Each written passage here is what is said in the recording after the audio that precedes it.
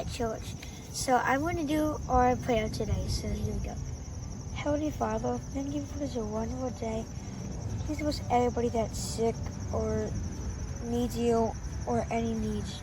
And just please help them. And please let everybody stay safe from COVID-19. And just let everybody stay safe, like the dogs, the family, or the friends. And I just say in Jesus' name, amen. Hi, community kids. It's Miss Michelle. Hi, it's Mr. Brian. Thank you, Gabe, so much for that beautiful prayer. It was just wonderful. So thank you so much. Great job, Gabe. So guess what? What's that? I'm playing at a party. All right. I love parties. I love parties. It's our final week of the Block Party series, and I hope that you have loved celebrating friendships. If I was having a party, I would invite my friends. Who would you invite if you were having a party? I don't know. You have lots of friends. We would invite lots of friends. I hope that you would invite lots of friends, and you would be thinking about special friendships. So, Mr. Brian, what are we learning about today? Well, we're going to continue to learn about friendship. And your best friend is always Jesus, because he cares about you and he wants the very best for you in everything that you do. And remember, Jesus helps us in all those tough times in life. You know, things come along that aren't always easy, but Jesus is always there for us and he's always ready to help. You know, sometimes things like forgiving your friends, because our friends sometimes disappoint us and they do things that, you know, we may not like. But you know, with Jesus' help, we can forgive our friends. And not only is that good for us and our friends, that shows others what Jesus can do for us. Because that's tough. But when Jesus is in our life, he can help us do these tough things, and others can see Jesus' love too, just by the way we act. So let's continue to learn about friendship today. I love that, Mr. Brian. I can't wait to hear more about this story, and I hope that you've loved the Block Party theme too. It's been really great to cherish friendships for sure. It has. And I'm looking forward to next month. We start a new series on Off Stage. I can't wait. I'm always so excited to see what we're going to learn next. But as we're talking about parties, we got a party coming up. All right. A comeback plan for you guys that we are going to be doing soon. That means church is going to be able to meet in the building in person. Yes. Yay, I love that. I cannot wait to be watching for that. And also, a celebration today is our family service. So please watch that with your family today and enjoy the family service as well. And we cannot wait to see you next month as we celebrate. Maybe you want to invite a friend too. That'd be great. Yay, friendship. All right, you guys, have a great week. We cannot wait to see all of you again very soon. Take care, community kids. Bye. Bye, guys.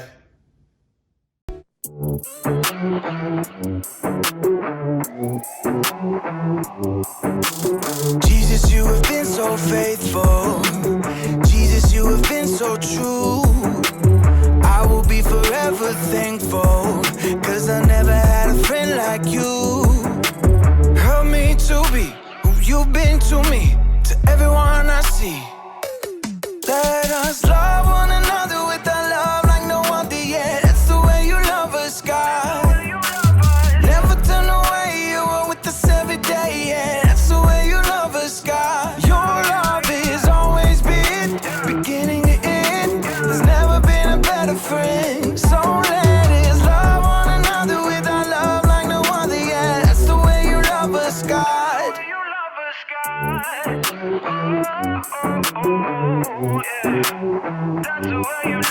You with me in the darkest valley. You with me on the mountaintop. I'm thankful that you never leave me, and that your love will never stop. Help me to be who you've been to me, to everyone I see. Let us love one another with a love like no other yet. That's the way you love us, God. Never turn away, you are with us every day, yeah. That's the way you love us, God. Your love has always been beginning to end. There's never been a better friend. So let us love one another with our love like no other, yeah. That's the way you love us, God. I wanna thank you for being a friend who's always by my side. I wanna thank you for the way you love me all my life. I wanna thank you for being a friend who's always by my side.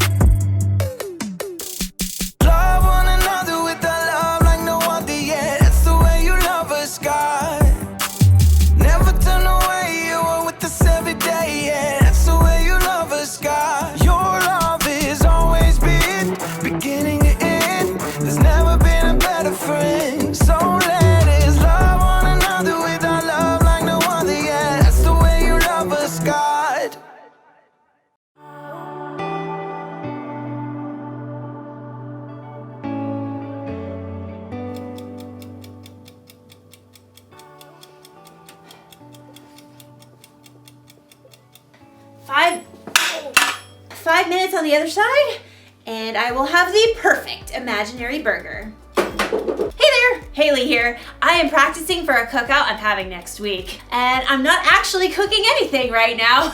I'm inside. That would be a cook-in.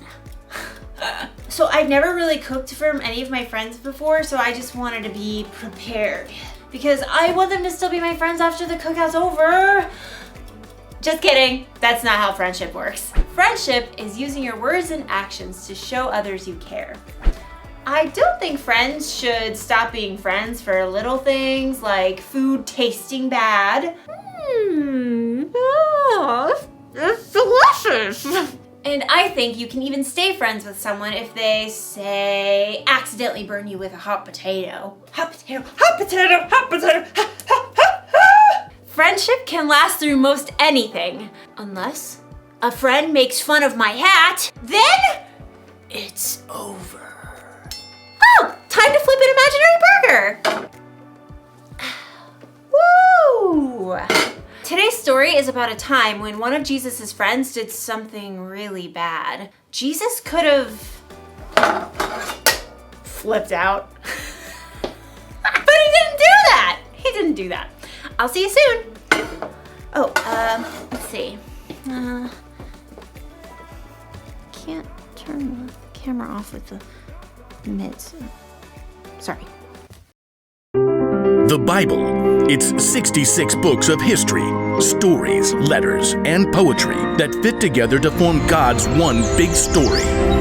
The epic adventure of how He created us and loves us so much that He made a way to rescue us. As we travel through the Bible, from Genesis to Revelation, we discover people who met God and found their lives changed forever. And now for an amazing story, inspired by the book of John, chapter 21, verses 1 through 19. Peter hauled in the knotted net yet again as the first light of dawn gleamed in the eastern sky. Empty. Not a single fish all night. Thomas shook his head. I doubt we'll catch a thing before it's time to take the boat in. John studied Peter thoughtfully. Peter, you didn't really want to catch fish anyway, did you? You just wanted to get out in the boat and do something normal. Peter shrugged, but he knew John was right. Over the past few weeks and months, everything in his life had turned upside down. First, Peter had shown the courage to speak the truth about his friend Jesus. You are the Christ. You are the Son of the living God. Many people wanted to make Jesus king, even though the religious leaders hated him. The day before Jesus was killed, Peter had promised Jesus that he would follow him anywhere, and even give up his life for Jesus. But that very evening, Jesus was arrested. Peter was so scared he told 3 different people he wasn't Jesus' friend. I don't know that man. Peter felt sick about what he'd done, especially when Jesus was nailed to the cross and died. But then he returned to life. He appeared to his friends. It was amazing, incredible. Everyone was excited beyond belief. Except Peter must have wondered. Is Jesus mad at me? Am I still his friend? Does he still love me? Now Peter found himself in the boat, trying to figure it all out. His fingers tightened on the wet rope as he prepared to cast the net one more time. As he glanced over on the shoreline, he saw a figure standing there. Friends, don't you have any fish? Nope, not one. Throw your net on the right side of the boat. There you will find some fish. The 7 disciples in the boat exchanged glances as Thomas laughed. I seriously doubt it. You guys have anything better to do? Let's give it a try. Together, the men heaved the heavy wet net back into the sea on the other side. Hey, I think we've got something. Bring it on in. There's 1 fish. 2 fish. A red fish. A blue fish. And another one. And another 10. Whoa! Need some help here. The net was so full of fish, they couldn't haul it into the boat. They began towing it to shore. John gaped at the man still standing on the beach. It's the Lord. Excitement raced through Peter's veins. He was about to see Jesus again. But just as quickly, guilt gnawed at his stomach. Facing Jesus meant he had to face how he denied knowing Jesus. But it's Jesus. I've got to see him no matter what. Grabbing his coat, Peter jumped out of the boat and into the water. He half ran and half waded to the beach when he discovered that Jesus started a small bonfire. Fish and bread were already toasting over the flames. He's God's son and he's making breakfast for us. Jesus smiled at Peter. Bring some of the fish you have just caught. Yes, Lord. Peter ran back to the lapping water to help his friends haul their fish to shore. 153! You counted? Don't doubt it. Jesus gestured to the disciples to join him around the fire. Come and have breakfast. As the disciples gathered, Jesus offered them bread to eat. John whispered to Peter, This is what he did when we last ate together at the Passover meal. When breakfast finished, the disciples rose to take care of their fish. Peter found himself walking beside Jesus. There were so many things he wanted to say, but he couldn't find the words. Simon Peter, do you really love me more than these others do? Peter swallowed hard. Surely Jesus knew what he felt. Yes, Lord, you know that I love you. Feed my lambs. Peter remembered how Jesus would compare people to sheep in his stories. Peter, do you really love me? Lord, you know that I love you. Take care of my sheep. Sheep, people. Peter waited in his mind. Jesus must be telling Peter to take care of the people who had followed him. Peter, do you love me? Lord, you know all things. You know that I love you. Feed my sheep. Just as Peter denied knowing Jesus 3 times, he now confirmed 3 times that he loved Jesus. What's more, Jesus wanted Peter to go out and share that love with others. He's forgiven me, even after what I did. Peter, things are going to get even more difficult for you. You are going to be led places you do not want to go. Peter slowly nodded his head. He was willing to do anything Jesus asked of him. Follow me. Yes, Lord, I will. Because Jesus had forgiven him, Peter was now free to share the love of God with those around him, without carrying around a heavy load of guilt.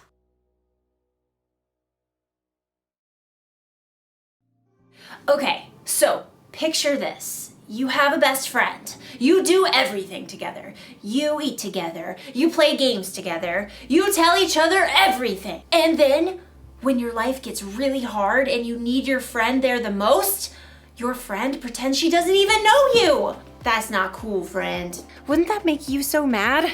It would make me want to say goodbye to that friend forever. But Jesus didn't do that when Peter pretended not to know him. Instead, even though he must have felt so hurt inside, Jesus forgave Peter. Now, I know what you may be thinking. It was pretty cool for Jesus to forgive Peter like that. It was. But guess what? Jesus forgives you and me like that too. Anytime we mess up, we break a rule, or we do something we know is wrong, Jesus forgives us. That's because he loves us so much, and because our relationship is more important to him than our mess ups. That's why the one thing to remember today is this. Friends, forgive one another. Jesus forgives us, so we should forgive others. Our friendships should be more important than our mess ups. I'm not saying it's easy to forgive. It's not. You're going to need God's help, but get this. When you choose to forgive, it can help you feel better inside. It can help your friend feel better inside, and it'll make your cookouts way more enjoyable. Speaking of, this imaginary corn is almost done roasting. Oh, look at that. Oh, what